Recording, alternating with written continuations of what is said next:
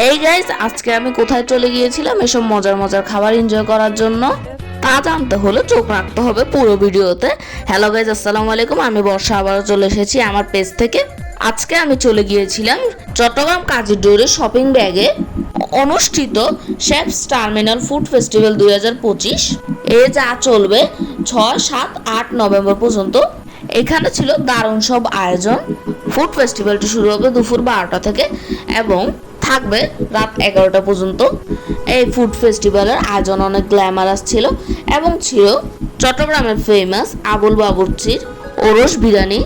এখানে দেশি বিদেশি বিভিন্ন ধরনের আইটেমের সমারোহ ছিল, সাচ এস মেজবানি গরুর মাংস, গরুর নলা, কালা ভুনা, ডিমের কোরমা, খাসির কোরমা, দা ওরস বিরিয়ানি, মোমো এবং আরও নানা রকমের আইটেম।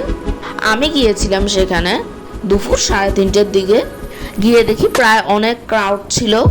এখানে গিয়ে কিছু কিছু খাবারের প্রাইস আমার কাছে রিজনেবল লেগেছে, আবার কিছু কিছু খাবারের প্রাইস আমার কাছে বেশি লেগেছে। যাই হোক, আমি যেই খাবারগুলো ট্রাই করেছি আমার কাছে সেগুলো সবগুলোই ভালো লেগেছে। এখানে একটা স্টলে হেনা পরারও ব্যবস্থা ছিল। তো ফুড ফেস্টিভ্যালে ফার্স্টে আমি ট্রাই করেছিলাম নকশি পিঠা অ্যান্ড মালাই চপ।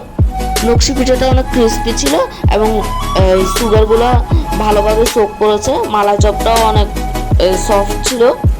এরপর আমি ট্রাই করেছি হ্যান্ডমেড চকলেট, পেস্টটা দেখিয়ে দিয়েছি। এরপর আমি গিয়েছিলাম মিট বক্স ট্রাই করতে। মিট বক্সটার প্রাইস ছিল মাত্র 100 টাকা। এখানে আরও রয়েছে আইসক্রিম অ্যান্ড সালাদ। তোমরা চাইলে ওগুলো ট্রাই করতে পারো।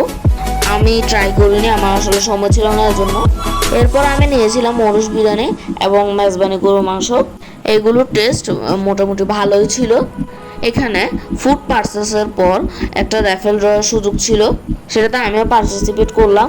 তবে এই ফুড ফেস্টিভ্যালটি সন্ধ্যার দিকে আরও জমজমাট আকার ধারণ করেছে। তাহলে আর দেরি কিসে, তোমরাও এই ফুড ফেস্টিভ্যালটি ভিজিট করো। এই ফুড ফেস্টিভ্যালটির এক্সপিরিয়েন্স ছিল আমার জন্য টপ নচ।